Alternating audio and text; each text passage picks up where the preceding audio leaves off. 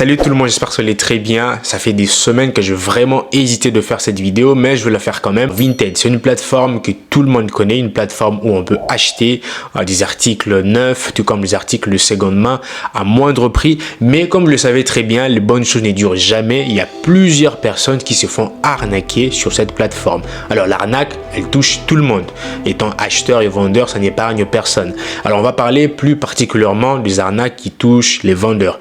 Étant sur Vinted, j'avais posté récemment un article sur ma page et je vous raconterai aussi cette histoire. J'ai carrément frôlé l'arnaque, mais on reste jusqu'à la fin de la vidéo pour en savoir plus. Si t'es pas encore abonné, on s'abonne, on like, on partage la vidéo et aussi on active la cloche de notification, c'est très important. Rapidement, comment ça se passe? Étant vendeur sur Vinted, je vais poster mon article et il y aura plusieurs personnes qui seront intéressées par mon article.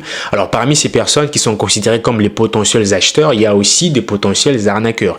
Alors comment ça se passe? C'est que l'arnaqueur sera intéressé par mon article, il va passer la commande et moi je vais recevoir un message comme tel que mon article a été vendu, donc je serai obligé d'imprimer le bordereau d'envoi, d'emballer le colis et de l'envoyer ensuite au point relais. Généralement, après quelques jours, le colis doit arriver chez l'acheteur. Alors, l'acheteur qui est comme l'arnaqueur recevra un message comme tel que votre colis est enfin arrivé. Vous devez aller au point relais pour le récupérer. Alors, généralement, quand on récupère le colis, vous devez, si tout est OK, vous devez mentionner, signaler que non, j'ai reçu le colis, tout est parfait. Dès que l'arnaqueur reçoit le colis, c'est là que l'arnaque commence. L'arnaqueur va pas signaler qu'il a reçu le colis. Au contraire, il va ouvrir une litige contre vous comme tel que votre colis n'a jamais été envoyé, soit il n'a jamais reçu votre colis, ou soit ce n'est pas l'article qu'il a commandé. Alors, qu'est-ce qu'il peut faire? Il peut soigneusement ouvrir simplement le colis et mettre un autre article contrairement à ce que vous avez envoyé et ensuite l'utiliser comme étant un prétexte qu'il n'a jamais reçu le colis ou soit c'est pas le colis, c'est pas l'article que lui il a commandé. Alors il va ouvrir une litige sur Vinted. Dans ce cas-là, Vinted va beaucoup plus privilégier l'acheteur que le vendeur parce que c'est supposé, étant qu'acheteur, il est supposé recevoir son article qu'il a commandé. Vinted va vous contacter et vous serez dans un délai bien défini obligé de rembourser tout simplement l'acheteur qui est notre arnaqueur. Du coup, vous vous trouvez dans une situation très délicate parce que de 1, vous avez perdu votre article parce que vous savez pas c'est entre les mains de qui exactement et de 2, vous avez perdu votre argent. Récemment, j'avais posté une annonce sur Vinted et il y avait plusieurs personnes qui étaient intéressées par mon article, etc., etc. Alors, il y a une personne qui m'a écrit, qui m'a demandé si l'article était fourni avec la facture.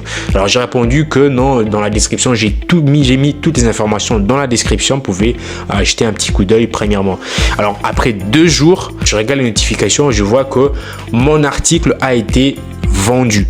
J'étais curieux de voir qui a acheté mon article. Alors je suis allé sur la page de la personne, j'ai regardé que la personne n'avait aucune photo, aucune évaluation, aucun article. En fait, le profil était totalement vide. Et puis, il y avait un nom qui était beaucoup plus court. Hein. Alors, du coup, il y a eu des doutes qui ont commencé à sillonner dans ma tête. Je me suis dit, bah, ça serait pas une arnaque par hasard.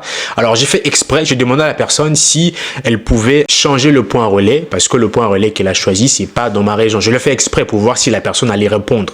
Alors, ça a pris quelques temps et la personne m'a répondu, m'a dit que non, le point relais qui était choisi, c'était par défaut et qu'elle ne savait pas comment changer ça. La personne me dit que non, le colis doit être envoyé si au nom de son mari et ça doit être envoyé dans des bureaux où travaille son mari. Ça enchérit mes doutes parce qu'elle commande un article pas en son nom, au nom de son mari et aussi pas en son adresse.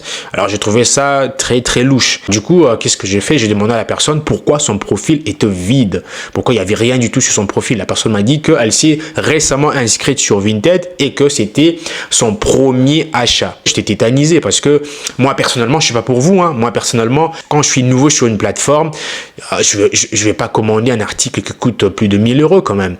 Pour mon premier achat, je vais peut-être commander un article qui coûte peut-être 10 ou 5 € pour tester la plateforme en question pour voir si ça marche ou si ça marche pas. Alors la personne me dit que c'est son premier achat et pour son premier achat, elle commande un article qui coûte plus de 1000 €.